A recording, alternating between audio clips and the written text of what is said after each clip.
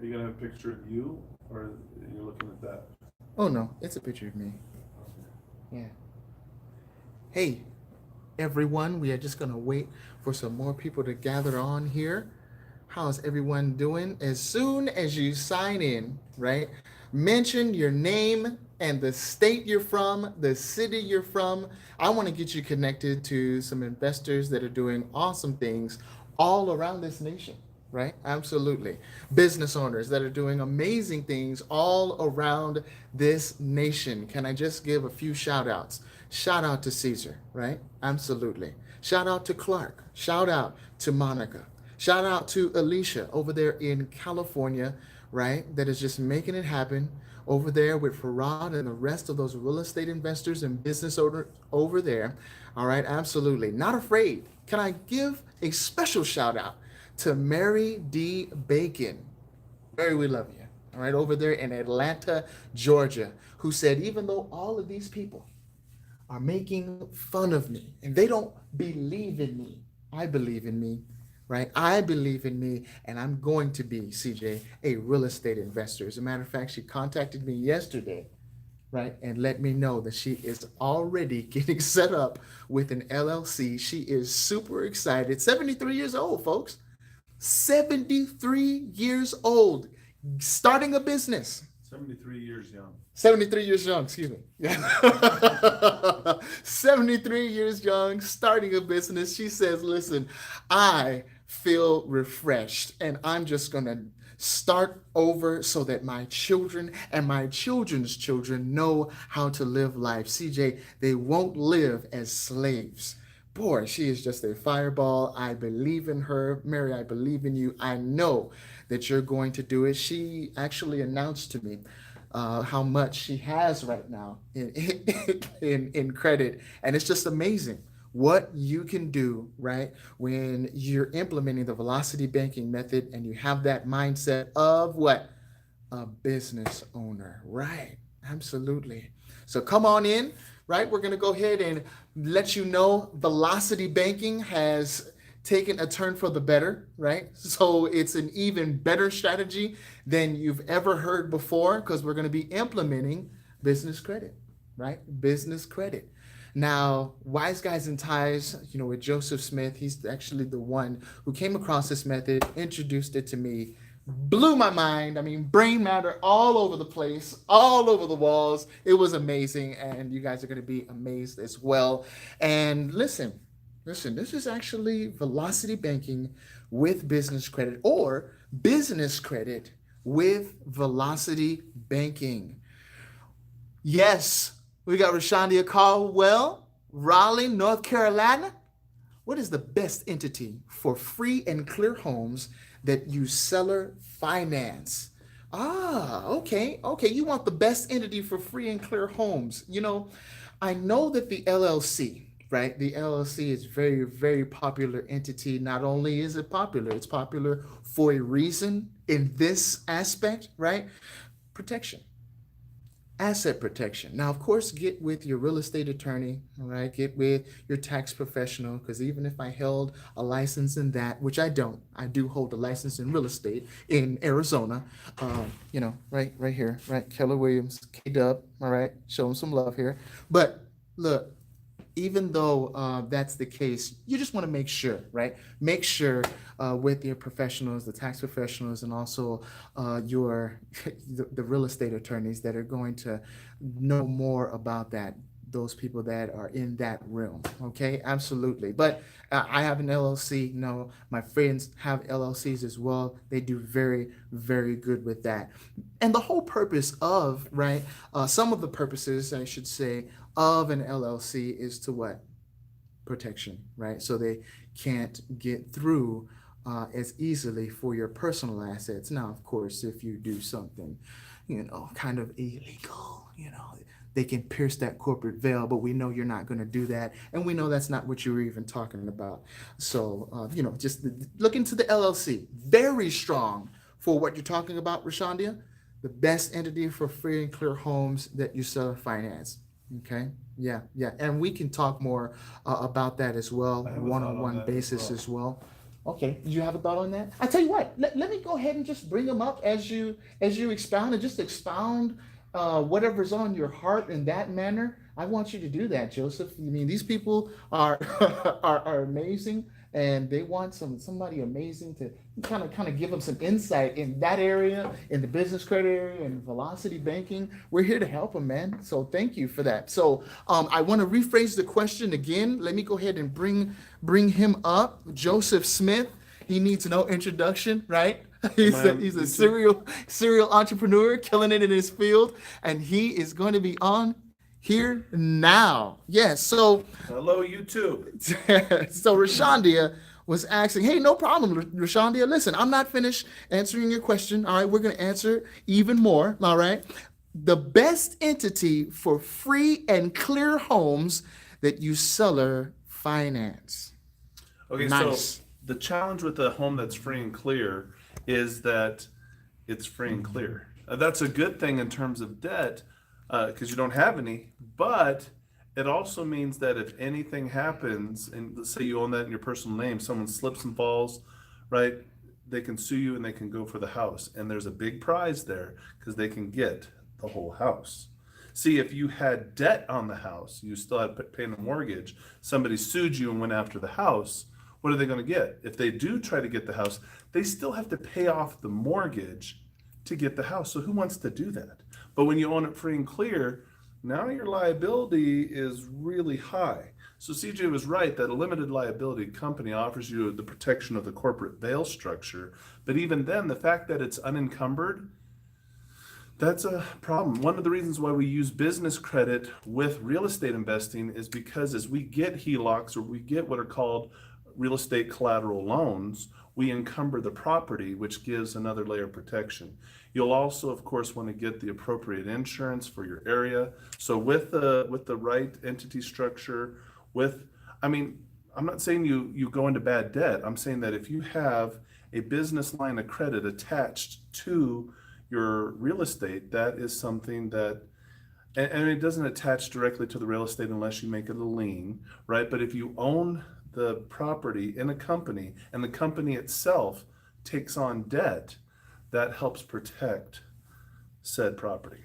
And there's a lot of different strategies. And as CJ said, you got to check with the local jurisdictions in your area.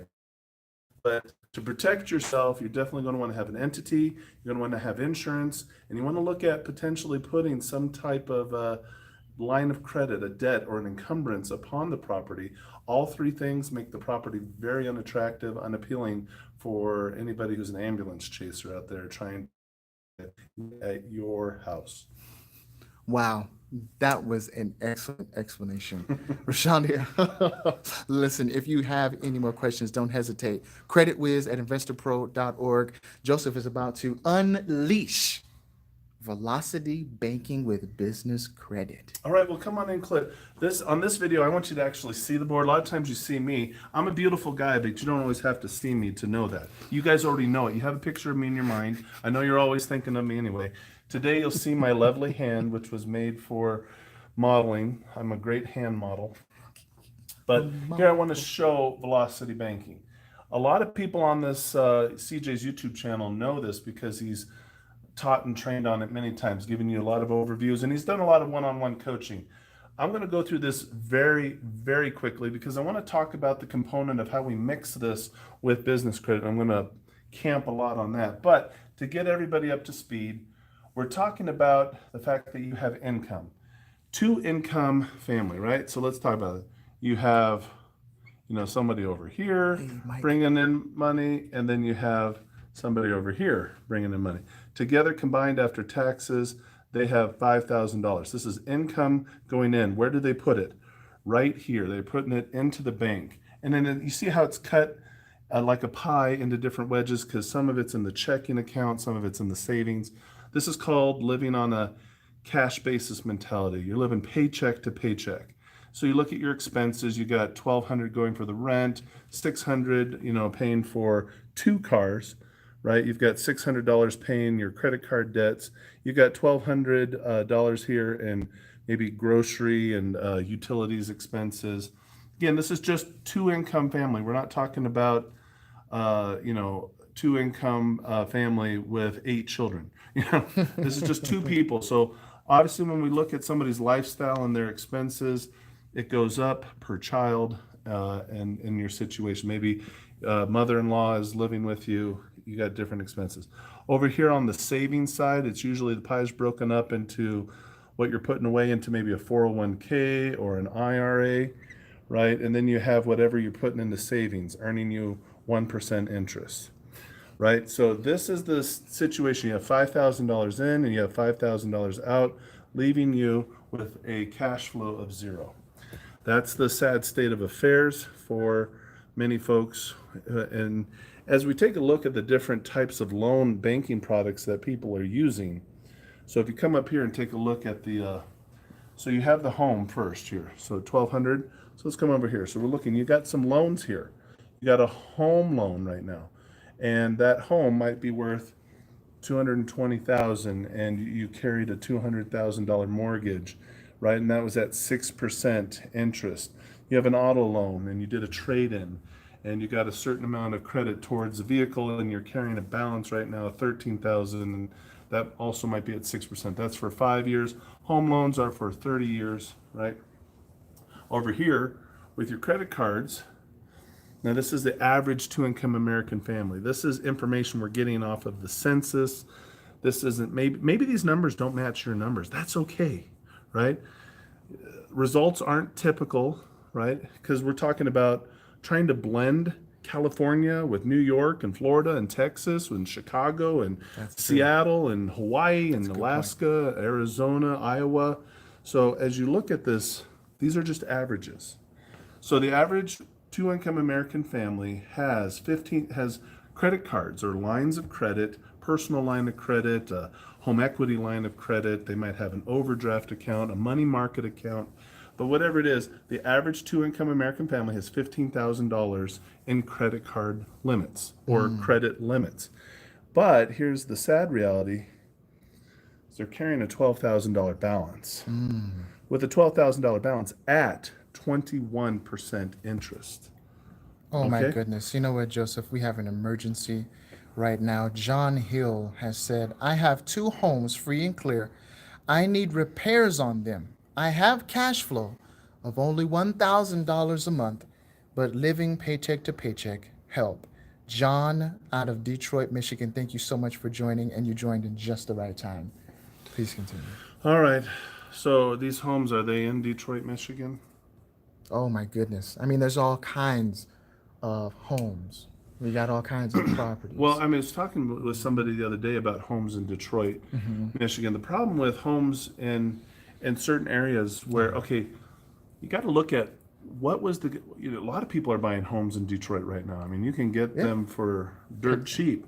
What led to the situation where that house became dirt cheap, right? You have to look at, or just look at an area where the houses are just, phenomenal. The market's booming. What led to that? Okay. What are the factors that lead to that? Hey, Mike. And it usually has to do with how the government is treating. So is government friendly towards business? Is government friendly towards property owners? So if property taxes are high, if business taxes are high, then businesses go away. Properties are too high. Nobody can afford to live there, which is why you can buy these properties dirt cheap. But who's going to afford to live in your property? So as you look at areas where it's booming economically, like people want to go, like say Texas. I mean, Texas is like booming. Houston, Dallas, all these places. Well, look at how the government there is incentivizing business by having low business taxes, or sometimes no state tax. Right? You can go to Nevada and Florida and experience no state income tax. Right? People want to move there. Businesses are incentivized. They get tax breaks. Right? Property taxes are lower in some places, and so some governments look at that as like, well, we're not going to generate enough money. And other governments say, no, let's lower it. And what will make it up by volume, because more people will move here.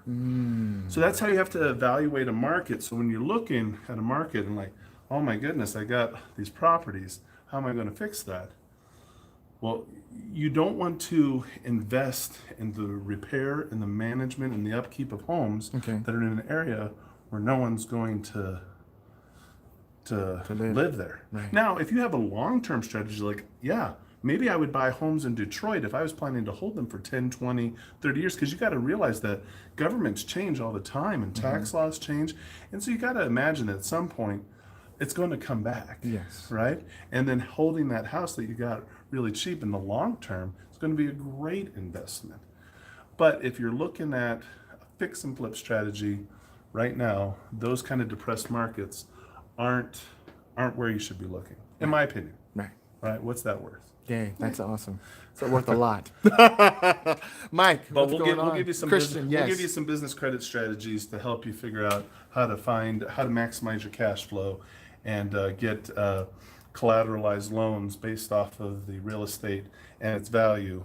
So I mean, remember, everything's generated based off of appraisal. So if it appraises at 15,000 and you can only get a collateralized loan at 50%, well, then that means you could find $7,000 to fix up that property. Yes. Right? I mean, that's pretty much all that's available conventionally. Right. Now, what can you do unconventionally? Whatever you can negotiate. Private money, hard money. As long as the numbers work, you can Yes. do the deal. Absolutely. You sure can, John. Go ahead. And Christian, yes, it'll be up just for you. Okay, so getting right back to where we were. I haven't lost my place. We were talking about credit cards and paying, and then you have a $12,000 balance at 21% interest. So if we switch to looking at the red marker here that's on the board, you can see that loans are, and the interest on these loans are amortized, whereas the interest over here on the credit cards is a simple interest. Now, credit lines are different from loans because a credit line is revolving, whereas a loan is one directional. Yeah. That means here you are making the payment, it goes to the bank, and it's gone. What happened? You know, it's like, no, I made a payment, it's gone. Yep. Well, wait a minute. The HVAC broke, and actually we need $500 to do a quick repair. Can I get some of that? I just paid you. I'll tack it into the next payment. What's the bank going to say? Nope. No. Are you already crazy? paid. It's gone. This is a loan. Over here, revolving means, yeah, you got a $15,000 limit, $12,000 balance. I could put up to $15,000 on that card as long as I make the minimum payment, right? I can still utilize. So every payment that I make, if 21% of that payment goes to interest, that means 79% is going to the principal pay down. So I could still Nice. Yes. get a tank of gas or pay the $500 to recharge that unit. So we like the flexibility of lines of credit because of the revolving nature of it. And loans are very rigid because they're only one directional. Another thing, the amortized versus simple. Well, the problem is that when we were in school, we never learned about amortized interest, right? In school, we learned about simple interest. Yes, we did. I mean, if I have $100 balance on that credit card, right, at 21% interest, how much do I owe next month if I want to pay off the whole card? Look at that. $121. I have to pay the principal amount plus 21%. We understand what's 21% of 100? That's right. $21. You see, it's very simple, Yes. right? 21 out of 100. All right, amortized interest is calculated very differently. Here, look, here's an amortization schedule where the interest is front loaded. And you're going to pay, so on a $1,200 a month house payment, it breaks down the interest on the first payment is $950. The principal that you pay is $250. Now, over time, each payment you pay a little less on the interest and a little bit more on the principal. 21 years into this loan is when you start paying more towards the principal than you do towards the interest. Yeah.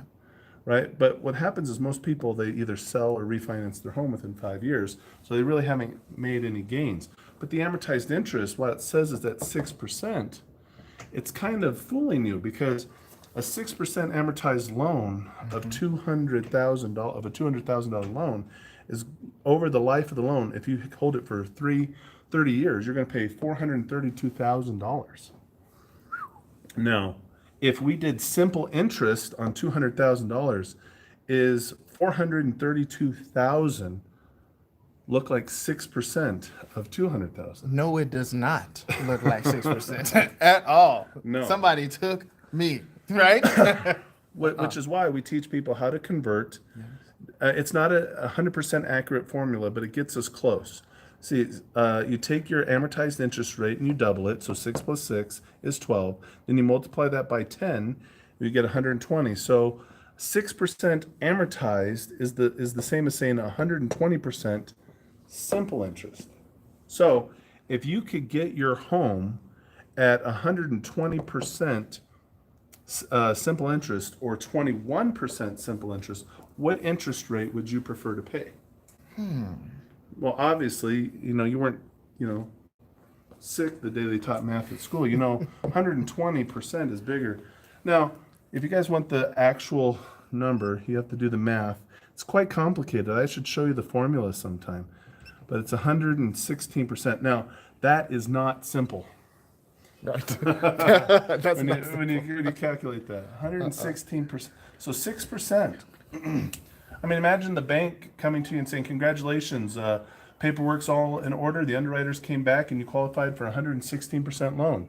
Would you even shake the banker's hand? You'd say, get out of here. What are you talking about?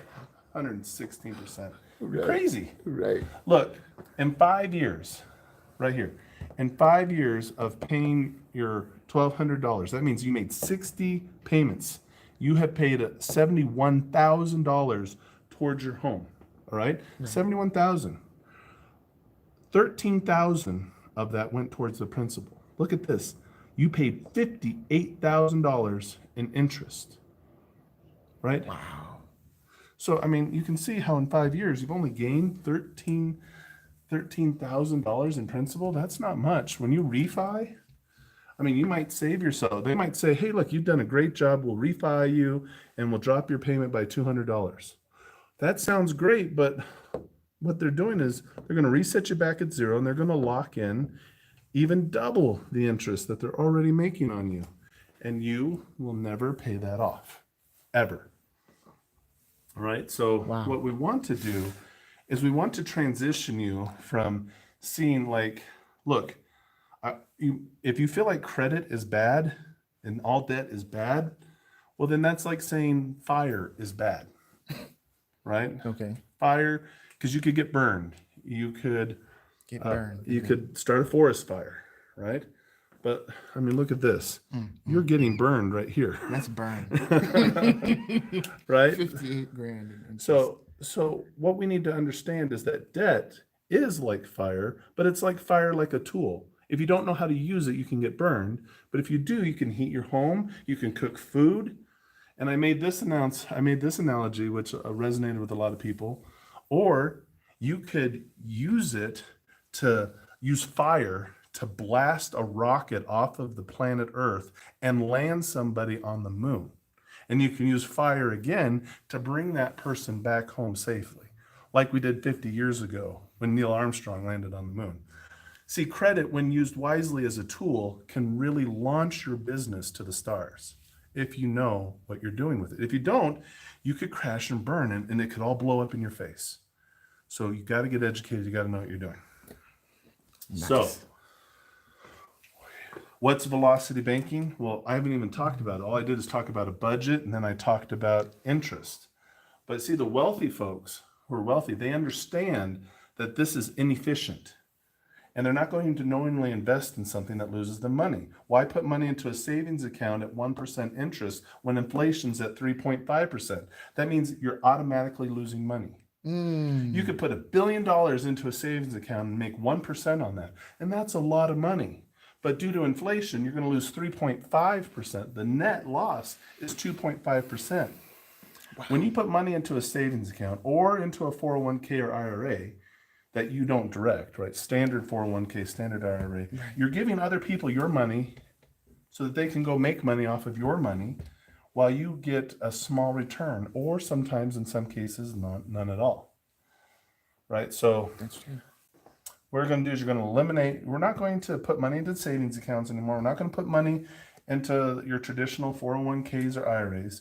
We will teach you concepts of how to use a self-directed IRA, but that's for another discussion. But what you're going to do is you're going to take, to do velocity banking, you're going to take all of your income and you're going to put it onto your lines of credit, right? This has the effect of we don't have to now budget anymore No. for the $600 monthly payment. All right. Can they all see this? Are they following along? Yeah. All right, perfectly. All right. So once that is taken care of, then if you can see down here, we start using velocity banking. So we have a $15,000 balance, a $15,000 limit, $12,000 balance. We put $5,000 of income onto the card. But if you look up here, by eliminating the amount of money that we were saving and putting away into IRAs and 401ks, and the amount that we were paying on credit cards, because we're putting all the money there, we free up in this model $2,000 worth of cash flow. Yes. Okay, now in your budget, it might look different. I've worked with a lot of people and they might only have $500 or $1,000 in cash flow. It's fine. The concept, the principle is still the same. Your numbers might be different. But so you still have $3,000 worth of expenses here. So $5,000 on your card, but you still have to put $3,000 of expenses back on, which gives you a net pay down of $2,000. Do you see that? Yes. That's in your first month. So anything you do once, you can do again, right? That's right. So we put another $5,000 on this card, and then we put another $3,000 back on the card, and now we've paid it down another $2,000. So you see, you're paying it down at the speed of your cash flow. So if you come up here, here's the principles behind velocity banking. If you're a W-2 worker, you're using your cash as your currency right now, and that's very inefficient. But if you're wealthy, you're using leverage as your currency, and you're using cash as your velocity. What do we mean by that? It means that you leverage other people's money, right, through lines of credit. And we use lines of credit because we know the interest rates are cheaper than the amortized interest that's out there in a loan. We leverage what? Other people's money. OPM, not opium. Right. OPM. Right? Okay. We're not Very doing good. drugs here at all. Yes. Okay. Yes. So cash as velocity means the speed at which we pay down our debt is based off of our cash flow. So as you see, we have a $12,000 line of credit that's getting paid down every month by $2,000 till 6 months later, you've completely eliminated a $12,000 balance. Now, how long would it take to eliminate a $12,000 balance if you were making the minimum payments? Well, for most people, they wouldn't stop using the line of credit, so it would never end. Wow. But if you stopped using it and then tried to pay it off, it'd be somewhere between 7 to 10 years, just making the minimums. Just the minimum payment, huh? Here, you've paid it off in 6 months. Look at right? that. Now, velocity banking has 3 rules when using your line of credit. You have to follow these rules or it doesn't work. Number 1, it's for emergencies. So if you have an emergency, that takes priority. Number 2, it's for debt pay down. And then number 3, it's for assets.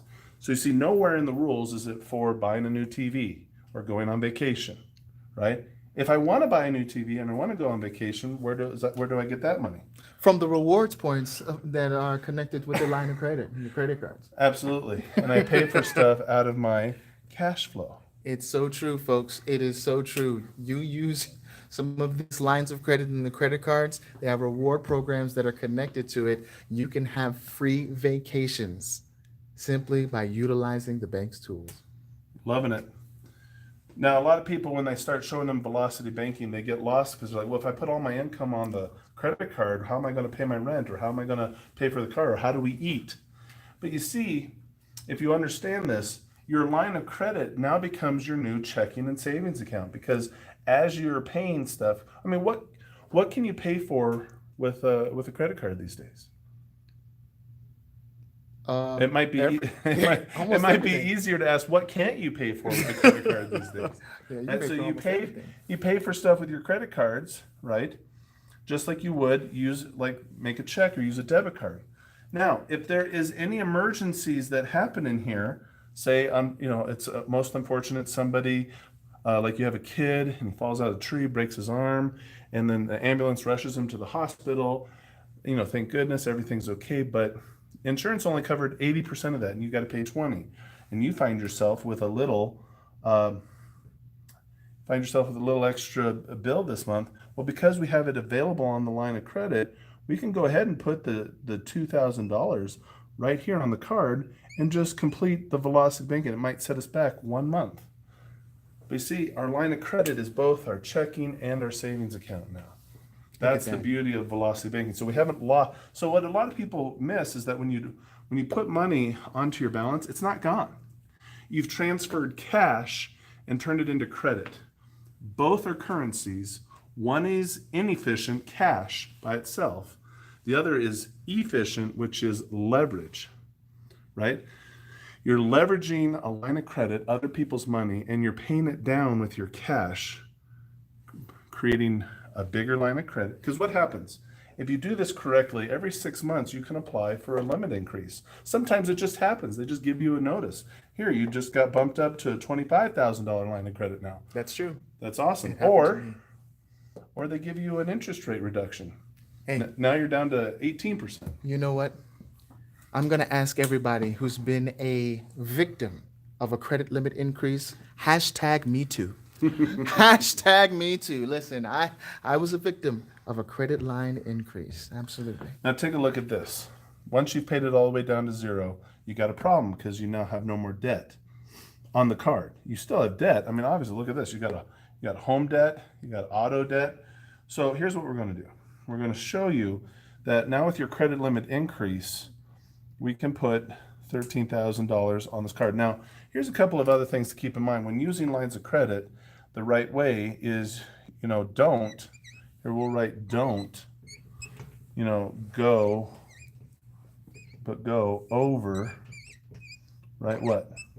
50%. Mike, hashtag me too, man. I'm telling you, these things are real. If you have a line of credit, see, we got an increase to $25,000. So now we can use $13,000 of this line of credit. Why? Because when we make our first payment, we're going to drop well below 13,000. So 12,500 is right at 50%. So we're going to use 13, right? We're pretty safe right in there. We don't want to go over that. We want to use it every month, and we want to pay it down more than what we use it. All right? There's a lot of rules. You got to follow the rules. You got to know what you're doing.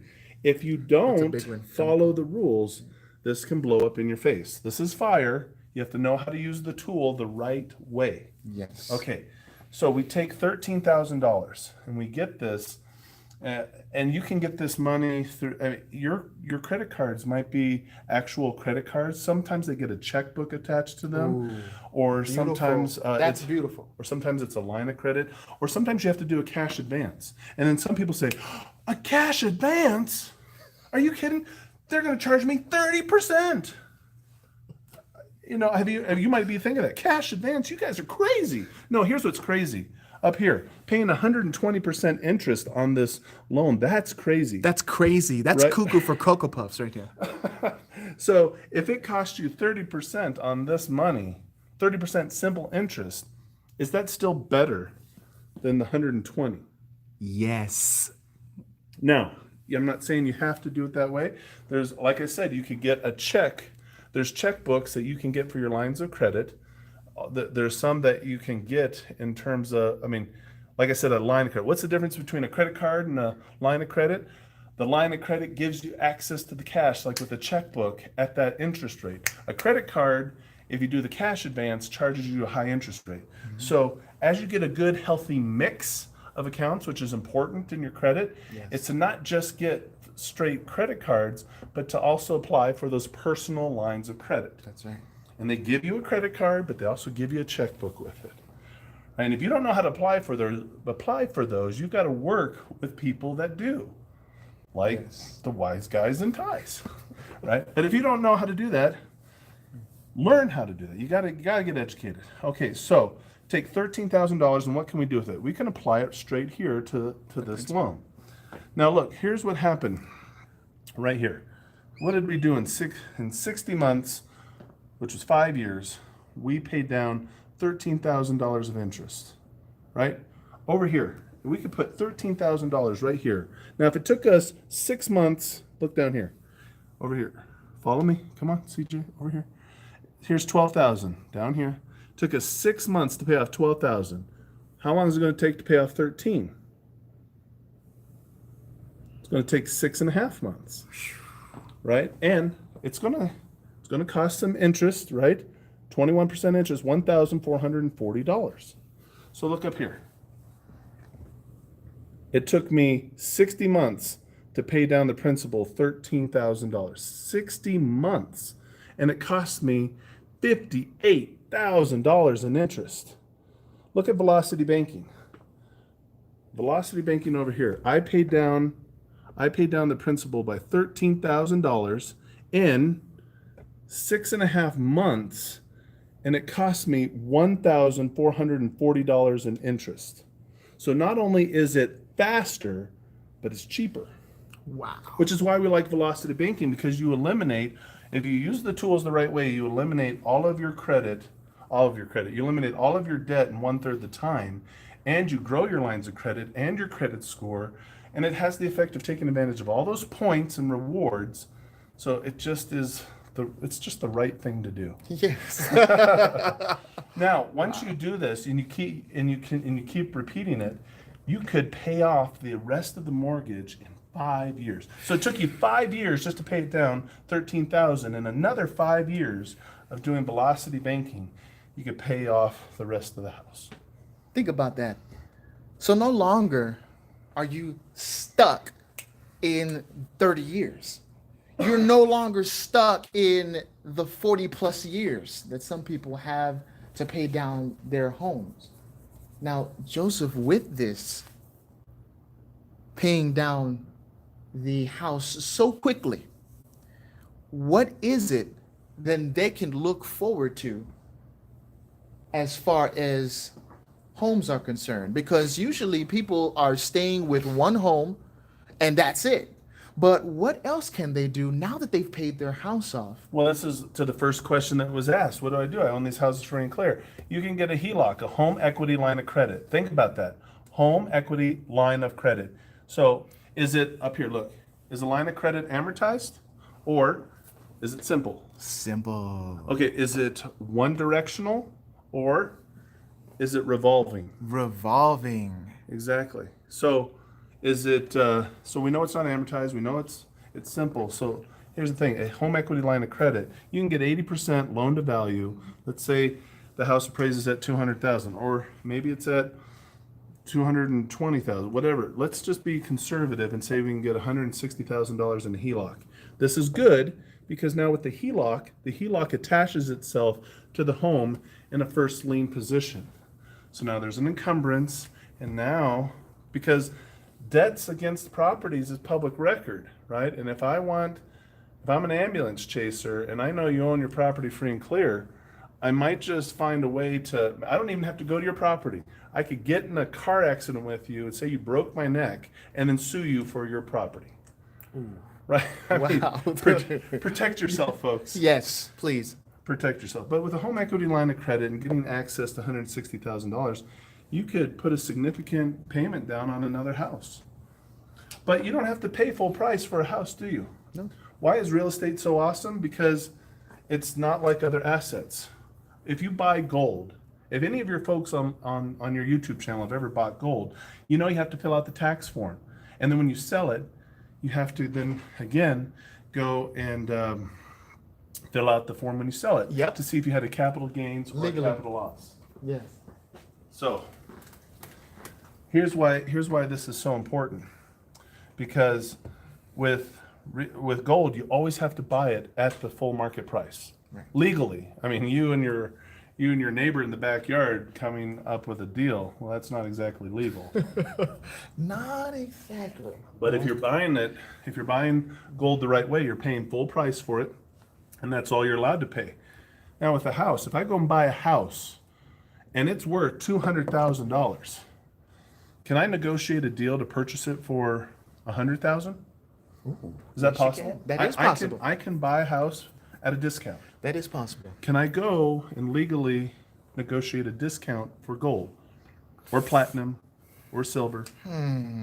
No, because that would destabilize the precious metals market. Yeah, it's got to sell at a specific price to maintain that value. Yeah. Oh yeah. Okay, so, but see how real estate is different from precious metals in that you can buy it at a discount. Thus, it still is worth the full value, but you instantly have built-in equity. Yes. Equity is worth nothing if you don't know how to effectively strip it out, though. So don't be excited about equity if you don't know the right way to utilize it. Right. Another thing that makes real estate so attractive is the fact that it's better than the stock market. Because if you go out and buy, what's the best stock out there right now? Is it Apple? Is it Amazon? Is it Walmart? Is it I don't know, some Google. new tech market? Yeah. Google, Twitter, YouTube, I don't know. But whatever that stock is, once you purchase it, what can you do as an individual to guarantee that the price of that stock goes up? What can you do? Nothing. There's nothing as an individual, because there's market forces that are out of your control, the CEO, the shareholders, Yes. the board of directors, and then whatever's happening in the world, all things outside of your control. But if you own a piece of real estate, what can you do as an individual to guarantee that the value of that real estate will increase? A whole lot. Well, what are some things you can do? Have the YouTube channel tell us. What can you do to guarantee, you as an individual, what can you do to make the value of your real estate go up? Well, I tell you what I do. There's also something called, you can do the roof if it needs fixing. That's a value add. The kitchen is value add areas. Pink Lady Barber, are you with me? I know you're a fix and flipper down there in Detroit, making it happen. You see, she's not typical, man. You know what I mean? She's amazing. She's making it happen over there. She's making it happen over here. But yeah, I mean, value add areas, bathroom, kitchen. I know that the flooring is a lot. There you go. Salute the gin. Upgrades. Exactly. What about this? Could you raise the rent? Does that instantly, Yes. next month, make the property Yes, you more could. valuable? Yes. See, that's why I like real estate. Real estate is you can purchase it at a discount, and you as an individual you have some control. It comes with risk. Risk is involved, but it's the one asset that gives you the most control. Not total control, but you have more control than any other asset class. That's why I like real estate. So, folks, this is Velocity Banking, and this is awesome, and we love it. But Absolutely. we promise to show you what do you do, how do you put Velocity Banking and business credit together? Well, folks, this is something that I've been working on, a strategy that I've been putting together. Talked a lot with loan officers, talked a lot with some legal folks. And again, results aren't typical, and these strategies, you need to definitely consult with legal and tax professionals in your area to make sure that the principles that I'm going to cover here work for you. But let's talk. The reason why I came across this is because I've been helping a lot of folks do velocity banking. I mean, that's what I do. A lot of people come to me and they're like, I want to invest in real estate, but look at my finances, right? Right. And then I mean, it's like it's a train wreck sometimes. And God bless them, it's not their fault. And a lot of people are like, what? You don't teach personal responsibility? I do teach personal responsibility. But when everything that you were taught in your life, like about banking, came to you from your parents, and where did they learn it from? Their parents. And where did their parents? If really the bank is the one who taught you all along to trust them, like when they tell you that you can afford the house because you have the right DTI, they're the professional, right? Right. If the bank told you, no, don't get a credit card, because you could Get into trouble. you could. I mean, a bank or a financial institution, a mortgage lender, they'll say, stay away from credit cards. They're dangerous. If you don't pay them back, they could send you to collections. Collections, that evil word. And then that's no joke though. They could take you to court. They could get a judgment against you, garnish your wages. I mean, some people work at jobs where if their credit got hurt, they could lose their job. I mean, it's a big deal. So they've done a great job at scaring people on this stuff. But think about it. If you were a bank and you were giving somebody advice to borrow money from you, do you want people borrowing money from you at 120% interest, or do you want them only borrowing it at 21%? I mean, where are you going to push more of your people to? You know what? You need to get a house. Let's get you into a loan. Hey, I'm looking for a HELOC. No. Stay away from the HELOC. Let's get a HELO, right? No, a home equity loan. You want to auto? You want to buy with a credit card? No. Don't put it on the credit card. Let's get you an auto loan. Come on, Ray. Yeah, you see that? Yeah. This is. You know what? It seems like they found a way to calculate this so that they could legally say that, oh, it is 6% the way we calculate it, right? And they called it amortized. Mm-hmm. That's what it seems like they did, man. But let's just be honest with the people, right? 1 + 1 = 2, unless I do Joey math, and then 1 + 1 = 120, right? But that's Joey math, right? That's what the bank did. Well, it's 6% amortized. Truth in lending statement, we have to tell you that we're really going to charge you closer to 116% simple interest. Right? So true. It's so true. So here's what I found out. A lot of people, they want to do velocity banking. They love the concept. And you know what? Here's the first mistake that people make. They watch one of your videos and then they're like, I'm going to go try it. And like, whoa, you need to consult with some professionals. Don't you put disclaimers out there that people need to talk to a real estate or Absolutely. Put one an out today. accountant or something? Make sure that this works right for you, because I'm telling you, the banks do a lot of things, and you got to understand how things work. So if this was you, if this was your actual situation, there's some challenges that you might face. And here's some of the challenges that we see. So if you wanted to start velocity banking, here you are, right? Well, why are you doing velocity banking? Because you're sad, right? You're sad because your credit score, right? Your credit score is down.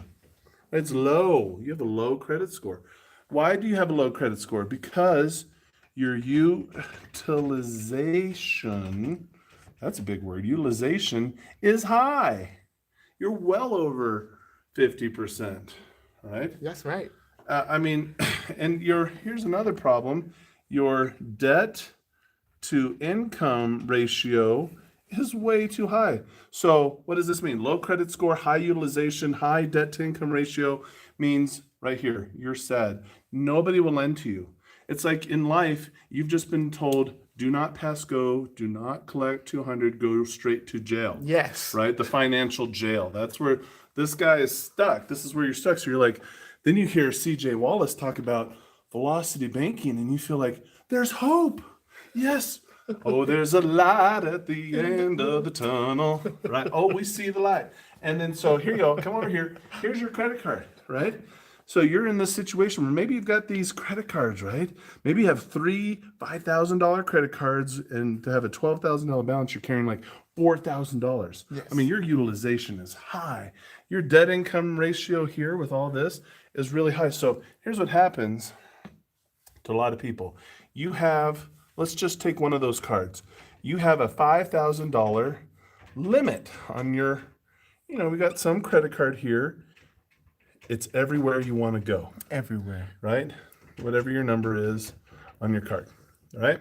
So you use that, but you're carrying, right? You're carrying a $4,000 balance. And you're like, oh, this is horrible.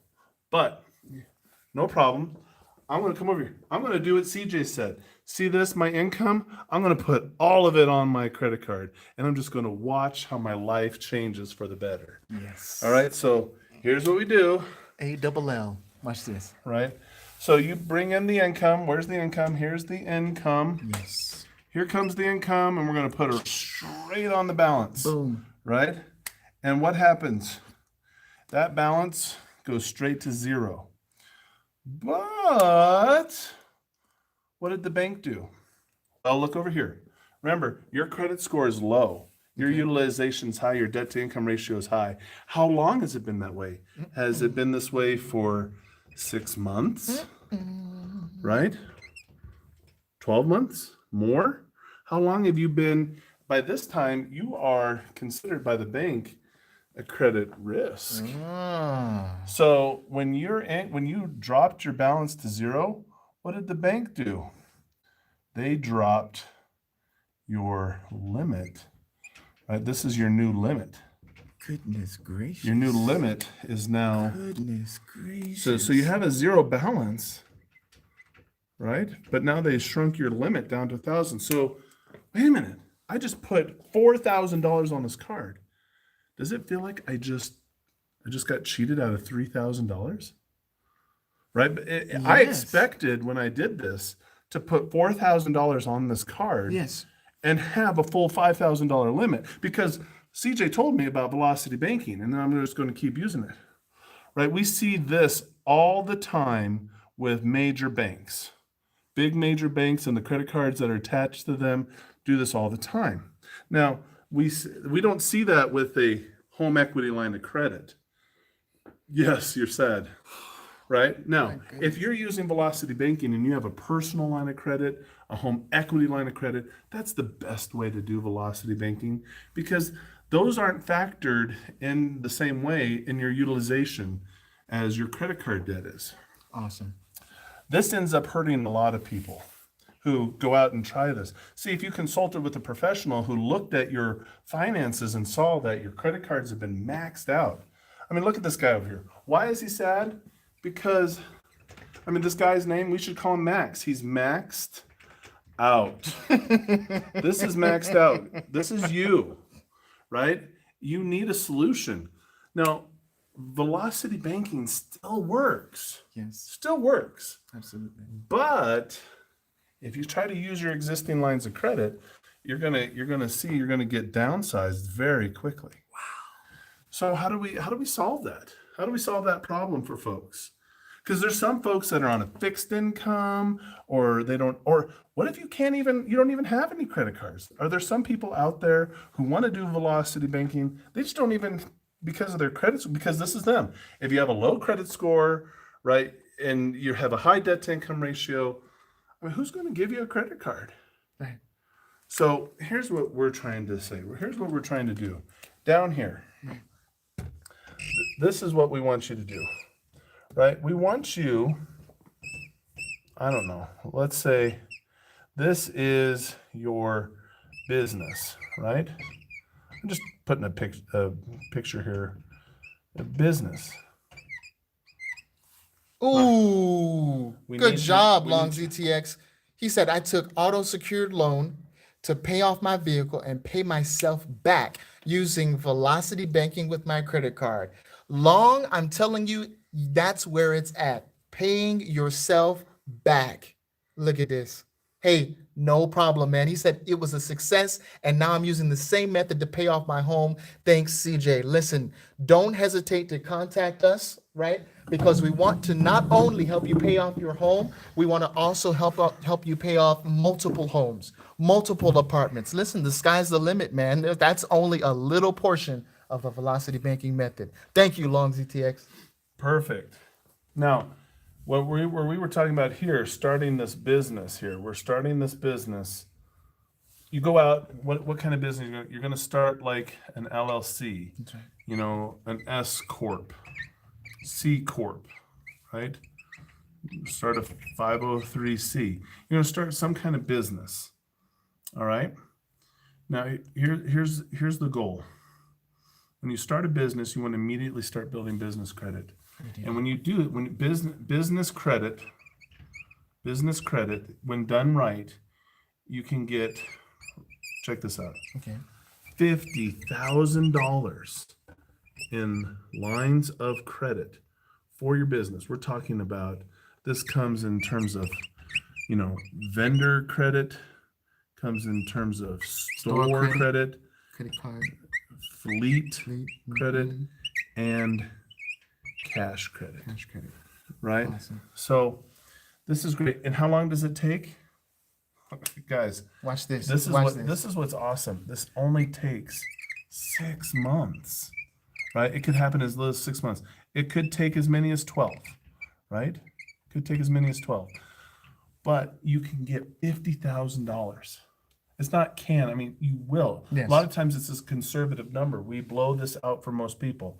But with $50,000 in lines of credit, I mean, you're not gonna use all of this credit in different ways, but You sure can, Brian. Brian says, can I get a line of credit with a rental home? You sure can. We're about to actually go over some methods right now so that you can use this tool of the bank. you can't get 80% loan to value like you could on a Right. HELOC, Right. but maybe like 50% on a rental.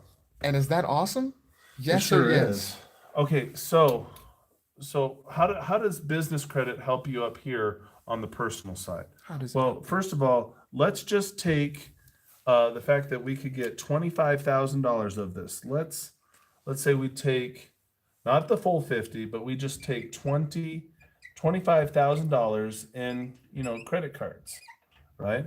We're going to take these credit cards right here, and we're going to bring them up here to the personal side. Now, what are we going to do with that? Well, to do that, we're going to go. There's going to be a critical step here. We're going to have a title company. All right, we're going to have a title company. Now, also on this step, you have a house. All right? Right. So if people are like, well, I don't have a house. What do I do? Well, if you don't own a house, do you know somebody who owns a house? And if you don't know somebody who owns a house, do you know somebody who knows somebody who owns a house? Yes. Okay, so because in this example, it's the same person, but could this be done with two different people? You owning the business and the other person doing velocity banking on their personal side, or vice versa? It's possible, but be careful. Going into business with somebody, go into business with people you know, like, and trust, who share your same values.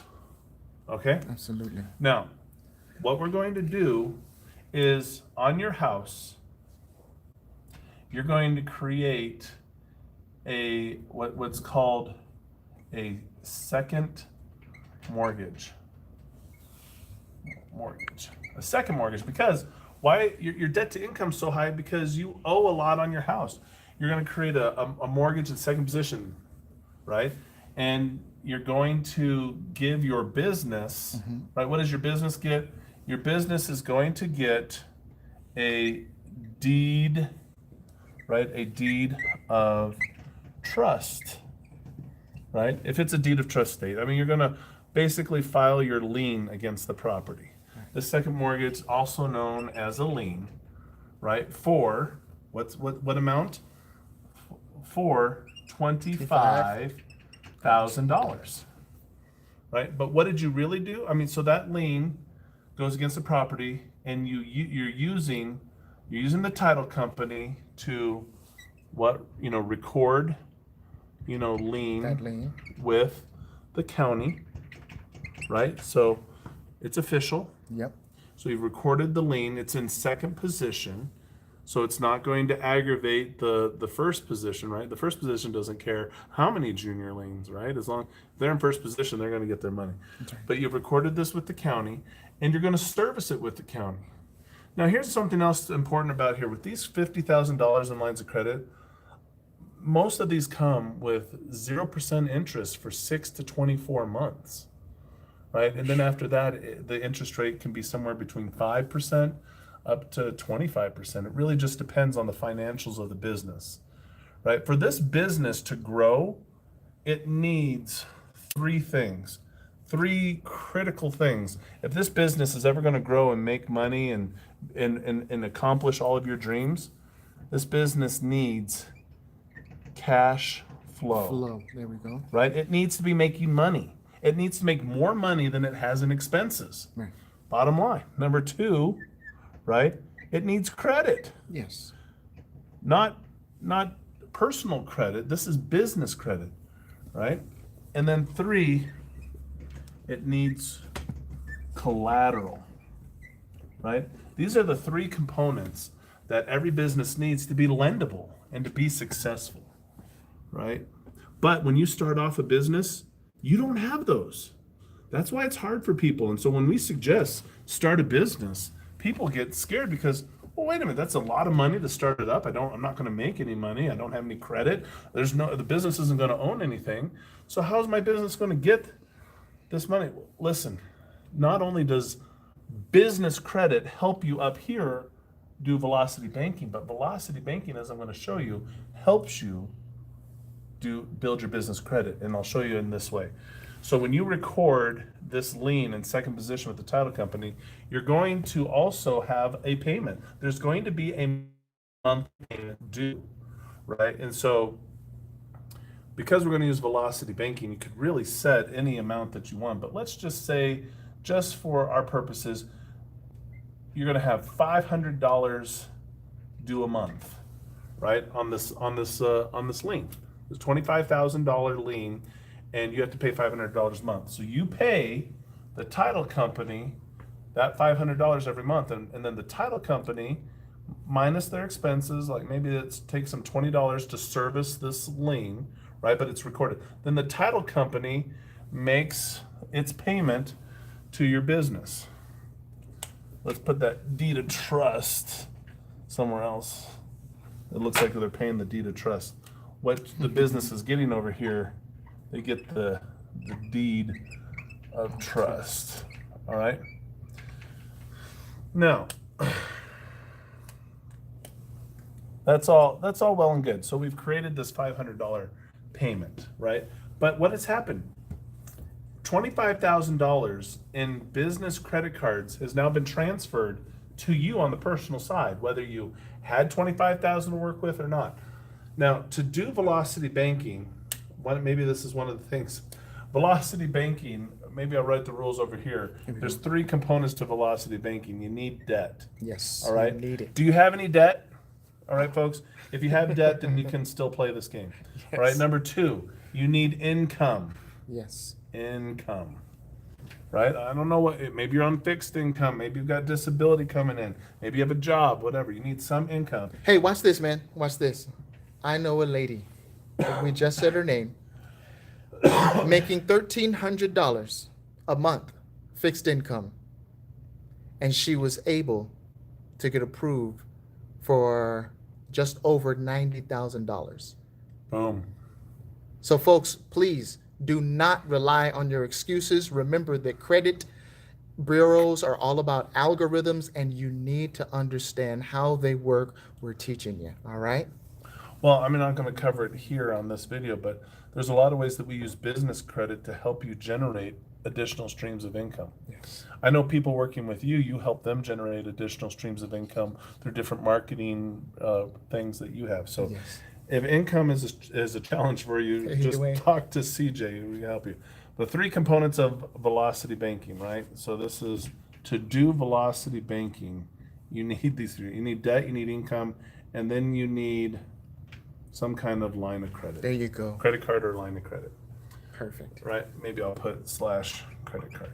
If you have those 3 things, then you can do velocity banking. So up here, maybe you have a line of credit, but if you use it, they're going to shrink down your limit. So why do that? So you can't really use that. It's like it's toxic. Or you don't have credit, right? You cut up, you burned the credit cards a long time ago, right? Yes. Okay, so here's what we're going to do, because now you're getting educated. Now we have the components, because you have the debt, right? We're assuming that this person has all of this debt over here. Yes. All right? of it. Look at that. So this is all of your debt, right? But you're having a hard time doing velocity banking because you can't get access to the lines of credit. Or you do have a line of credit, but if you use it, the banks are wise to what you're trying to do, and they're trying to stop you by reducing your limit. Which, I mean, they're not really trying to do it. They're just, you become a risk. If you've maxed out your credit cards and they've been that way for over 6 months, a year, 2 years, well, the credit issuers are wondering if they're ever going to get their money back. You know? Right. So they're just protecting their investors. Okay, so here's what we're doing. We're going to do velocity banking. Now that you have the components up here on your personal side, you're going to immediately start doing all the velocity banking over here that we talked about. Everything over there. So you've got a $25,000 line of credit, and you've got this debt, and you're going to start utilizing your income, and you're going to start paying it off. It's going to be great, just like we talked about Yes. with the Velocity Bank. Every month, it's getting paid down. We're readjusting how we're paying for things. You freed up some cash flow in your life. In this example, remember your cash flow was at what is it, at 2K? So you're paying down your debts. Now every month, right? Here's month 1, month 2, month 3. Every month that you're doing this, you're using the business's credit cards, right? So what do? You're still putting all of your money.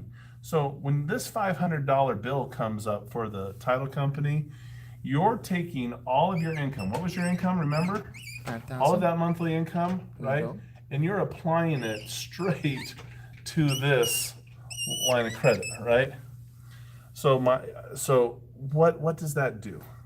Let's look at some effects that this is velocity banking helping us on the personal side? We've already seen, right? We're already seeing what the effects are. So as we start doing velocity banking and our debt goes down, right? We see our debt to income ratio go down, right? That's good. That's true.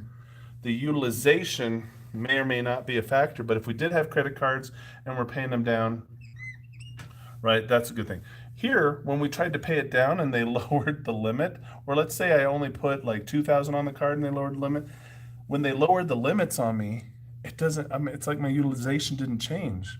It was like, it's like an insult. But here's what happens. As you do velocity banking, the credit score goes up, Yes. right? You become more Interest rates go lendable down. again, right? So this is all wonderful, right? Look at this guy. See, that frown went away. Turn it upside down. Look out now. Look at that. You got a Look, green smile. He's getting happy. Now, Money smile. let's look at what's happening here with the business. Every month that you make these payments on time, right? These on-time payments, this is creating what is called transactional history, There you go. right? That is building your business credit. Now, all of this $5,000 that you pay onto this, because what's the business doing? The business is applying it directly to the $25,000 credit card in its name. But what can it do? That $5,000, this is reported, as, for your business anyway. Your business gets to report this as income. Now, if you weren't going through this title company here, Okay. and it was just your left hand giving your right hand the money, lenders are going to see that, and it's like, that doesn't count as income.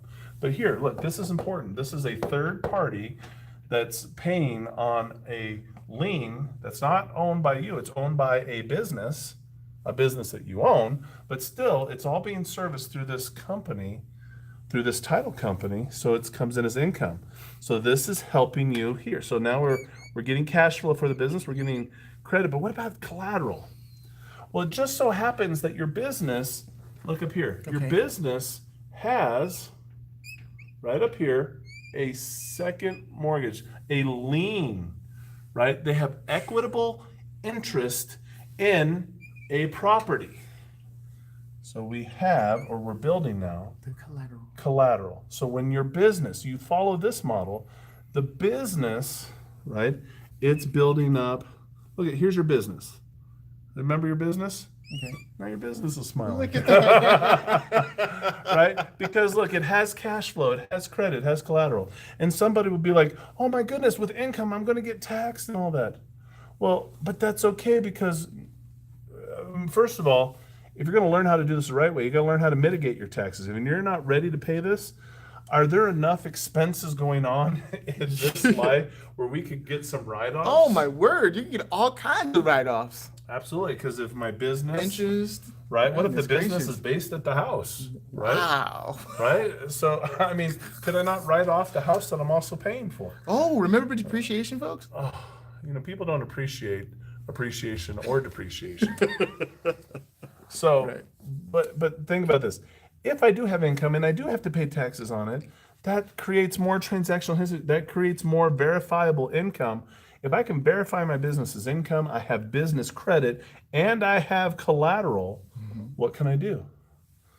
I can get, an SBA loan if I've been in business long enough, right? If I haven't been in business long enough, I can get access to other types of business lines of credit or, a business loan. Awesome. But I can get access. Uh, our loan officers can help businesses with this kind of setup gain access to 27 different types of funding for their business.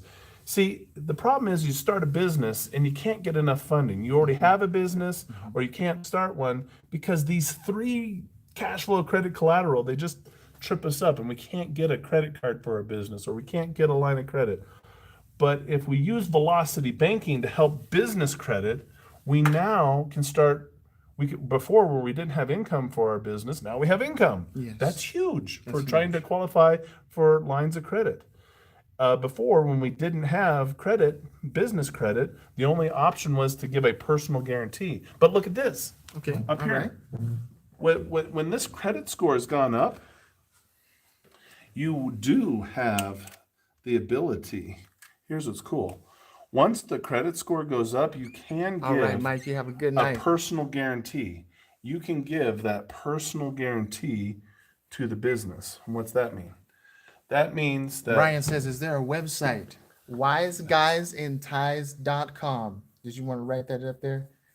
Oh, you guys want to know how to find out? Absolutely. Well, John also has a Wise question. Guys I have not forgotten about you, John. and John said, ties. I don't live in either of the rentals. Can I take advantage of this strategy? Yes. Yeah. I mean, if you own the rentals, you're still just going to put a lien against the properties, right? So you still would do this instead of doing it with your own home. You would just do this to another property. Right. But what have we done here? In effect, we've taken your business, and before you couldn't get a HELOC, and now your business just gave you, right? With all of this, what did we just give you? We gave you a HELOC. It's called the Bahiloc, folks. Look at that. Bahiloc. Right? I mean, that's what we've done in effect. Your business became the bank. You're learning how to turn yourself into a bank. And you're learning how to grow your business the right way and create more income, credit, and collateral for your business, while at the same time improving your personal situation. Because by lowering your debt and raising your credit score, you were able to give the personal guarantee. What did that do? That means instead of $50,000 in lines of credit, you might also, with the personal guarantee, get an additional $50,000, right? This is the personal guarantee.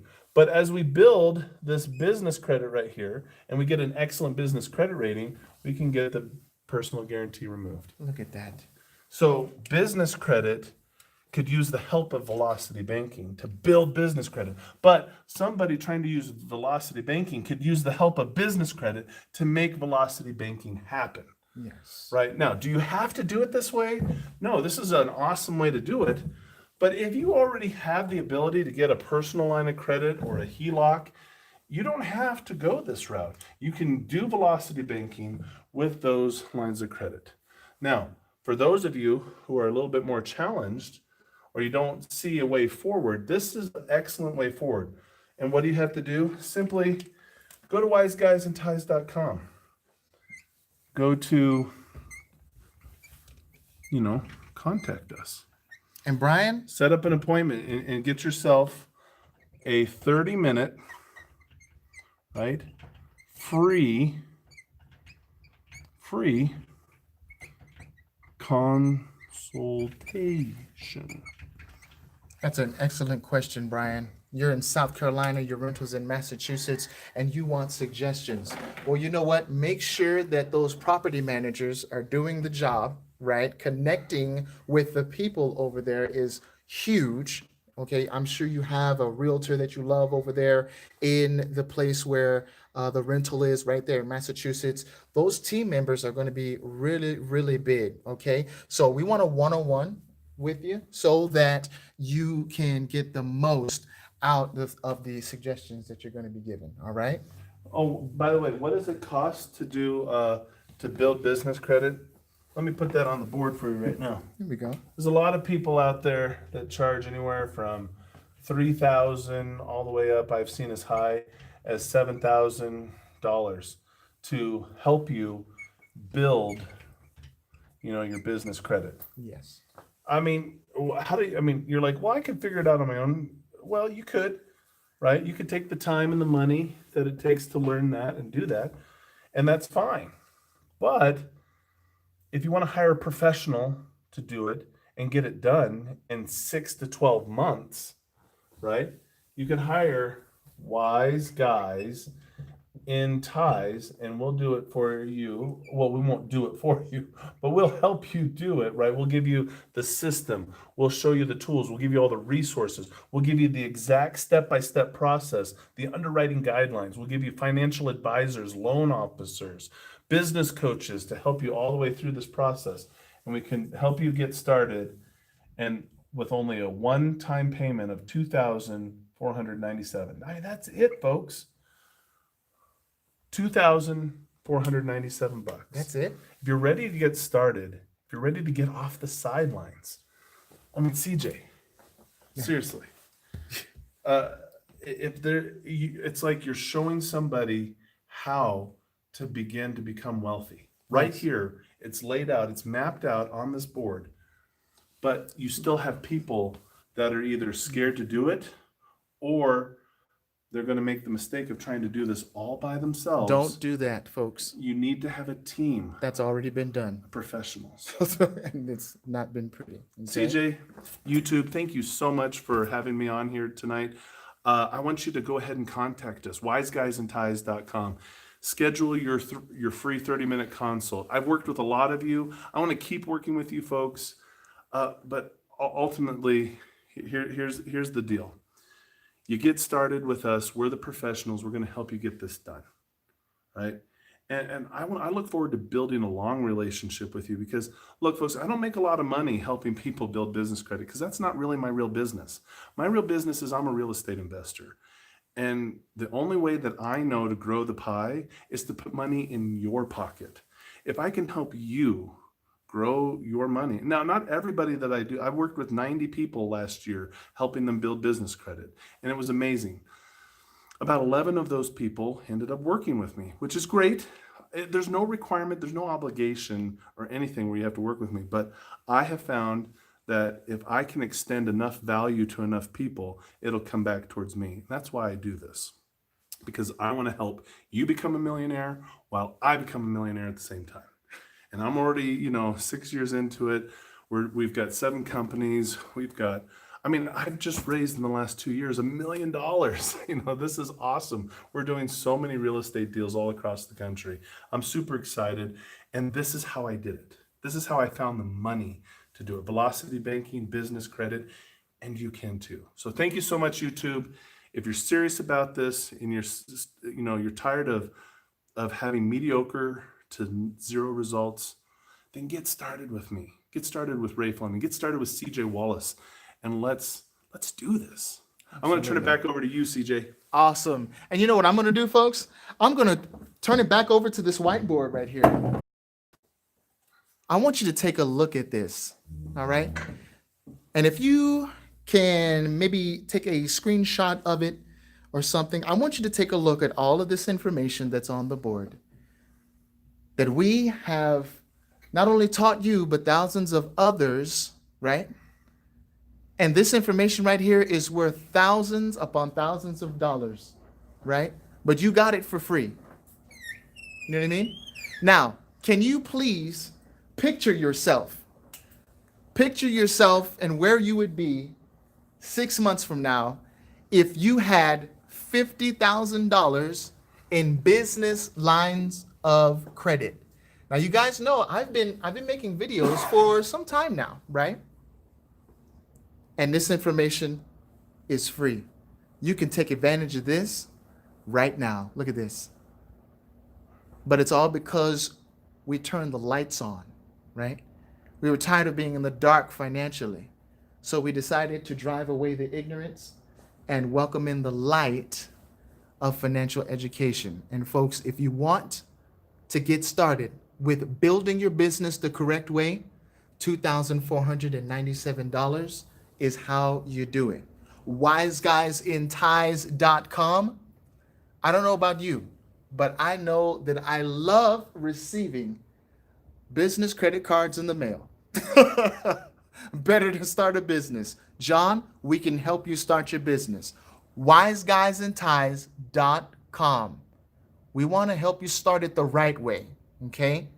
So don't be afraid. Get connected with us. We want to help you. Brian, I can't wait to connect with you. You're talking about you have a rental up there. Joe has a fourplex in Texas that you can pay down. You're saying that you have a $15,000 personal line of credit. Listen, CreditWiz at investorpro.org. If you want to go ahead and give me where you're at, what city you're at in Texas, Joe, we can help you out. Same with you, Brian. Let us know, okay? Don't be afraid to connect with us, because this is how wealth is built, right? It's built with a team. And folks, this is your YouTube channel. Is there a payment plan? There sure is. There sure is a payment plan. And that payment plan is $2,497 on your line of credit or your credit card. Because what you want to do is what? What do you want to do? Do you want to pay us back, or do you want to pay yourself back? It's always better to make sure you pay yourself back. So let's say you have a credit card or your line of credit and you swipe the $2,500, right? Guess what? When you make those minimum monthly payments, you're not just making them to the credit card. Only 21%, maybe 30% if that's your interest rate, right? Only 30% is going to them. You're paying that back to you. Because each $200 payment, can you make that $200 payment again? Huh? Can you use that $200 again? That money is yours. You're paying yourself back. And at the end of that payment, who knows, in 6 months, maybe even 7, you'll get a credit line increase. We are about increasing your credit line. All right? And that's the payment plan, Brian. Absolutely. Great question. They can go to the wiseguysinties.com and find other payment plans on that as well. Right. Now, if you choose not to do that, wiseguysinties.com does have a payment plan as well. Okay? 30-minute free consultation. I can't wait to hear about what you have in store with your Massachusetts rental. Joe, you as well. Let us know, okay? Donald Coro, are you okay? Did we film the board correctly? John says, my roof needs fixing, bathroom update, floor sanded, and that's all you need. Well, look at this. Don't you need business credit, John? Huh? Looks like you need to get funded. WiseGuysInTies.com. You may say you have the money, but remember, with building wealth, you want to be in the practice of getting other people's money, all right, and growing that. Okay, because as you grow their money, that's growing your portfolio as well. Okay, so we want to make sure. Awesome, Don. We want to make sure we're looking out for each other. All right, folks. If that is all the questions you have, don't hesitate. I'm going to go ahead and give a close up to this website, WiseGuysInTies.com. Make sure you go ahead and get in touch with the Wise Guys in Ties so that you can get the business credit that you need. All right? There's your email right there. And then there's my email as well. And just make sure that you don't put an H in the email. In the email there. And that's okay. We're going to just go ahead and scratch out that H. So it's CREDITWIZ at investorpro.org. Right? There we go. Hey, that's new. I should put it in green. CreditWiz. Look at you, man. Full of ideas. All right, folks? So if there's no more questions, Pink Lady Barber, thank you so much for tuning in. Mike, Charles, Brian, Carmen. Man, you guys are awesome. Joe James doing it up in Texas. John Hill over there in Detroit. Is that how they pronounce it? Detroit? If you're French, right? Look, you guys are amazing. Keep being amazing. Let's connect and let's grow our wealth together, okay? God bless and good night.